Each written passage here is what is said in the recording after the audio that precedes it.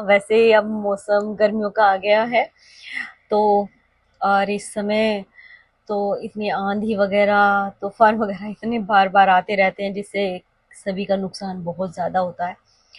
और जो कि सभी के लिए इस समय, फसल के लिए भी, किसान के लिए और वैसे भी सभी के लिए भी बहुत ज़्यादा जान माल की हानि पहुंचाता है। और जैसे ही ये मौसम शुरू हो जाता है, हर साल ऐसे ही, हर वर्ष ऐसे ही होता है कि आंधी तूफान शुरू हो जाते हैं और इतना नुकसान होता है। चलिए फिर, ये तो सब ये है कि कुदरत का खेल है, भगवान की माया है, जो जैसे करे। तो हम सभी को उन्हीं के अनुसार चलना है। तो अब मैं अपनी कविता पर आती हूँ, और मैं आज आपके लिए लेकर आई हूँ अपनी एक नई कविता, पुरवाई। तो पुरवाई तो आप समझ गए होंगे कि पुरवाई चलती है, जैसे पश्चिमी हवा चलती है, ऐसे पूर्वी हवा भी चलती है। मतलब जिस दिशा से जो हवा चलती है, तो उसे कहते हैं। और तो मैंने उसी पर अपनी कविता को व्याख्यायित किया है और उन्हें शब्दों में पिरोया है, अपने भावों को। तो सुनिएगा। मलय सुगंध सी मधुर शीतल पुरवाई, मलय सुगंध सी मधुर शीतल पुरवाई, एक संदेशा साथ अपने ले आई, साथ अपने ले आई, मलय सुगंध सी मधुर शीतल पुरवाई। उठ जाओ गगन में बादल चहु और घिर आए, चहु और घिर आए, साथ अपने दामनी की चमक दमक ले आई, चमक दमक ले आई। मतलब साथ अपने, चारों तरफ बादल आकाश में घिर गए हैं, और साथ अपने बिजली की जो चमक दमक है वो लेकर आ गई है, हमारी मधुर शीतल सी पुरवैया आ गई है। तो सुनिएगा आगे। कारे कारे उड़ने बादलों का नृत्य अलबेला, हाँ नृत्य अलबेला, कि जब काले काले बादल उमड़ घुमड़ रहे हैं तो ऐसा लग रहा है कि वो नृत्य कर रहे हैं, जो बहुत ही मनमोहक लग रहा है।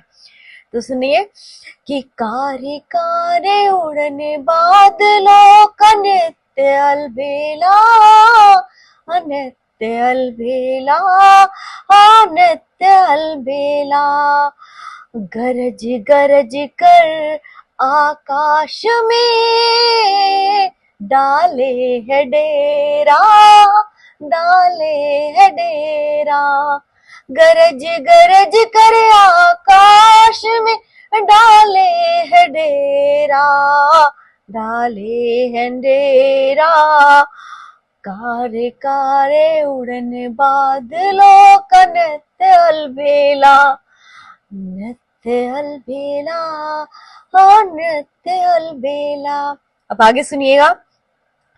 ओढ़नी फुवारों की ओढ़ कर धरनी पर, ओढ़नी फुवारों की ओढ़ कर धरनी पर, कि जो फुवारे जो पड़ रही हैं वो झिनी झिनी सी, तो उनकी क्या है, धरती धरा पर क्या है, ओढ़नी सी बिछ गई है। तो सुनिएगा। ओढ़नी फुवारों की ओढ़ कर धरनी पर, ओस की बूंदों सी चादर का बिछा दिया बिछोना, बिछा दिया बिछोना, कि जो ओस की बूंदों के समान, जैसे ओस की बूंदें जब पड़ती हैं तो ऐसा लगता है ना कि चारों तरफ चादर सी बिछ गई हो, सफेद सफेद। तो वो कह रहे हैं कि ऐसे फुहारों की बिखर रही है छटा चारों तरफ। तो ओस की बूंदों की चादर का जैसे बिछोना सा बिछ जाता है चारों तरफ, जब सुबह उठते हैं तो देखते हैं कि चारों तरफ चादर बिछी हुई है, सफेद सफेद हो जाती है बूंदे, बूंदों से सारा वो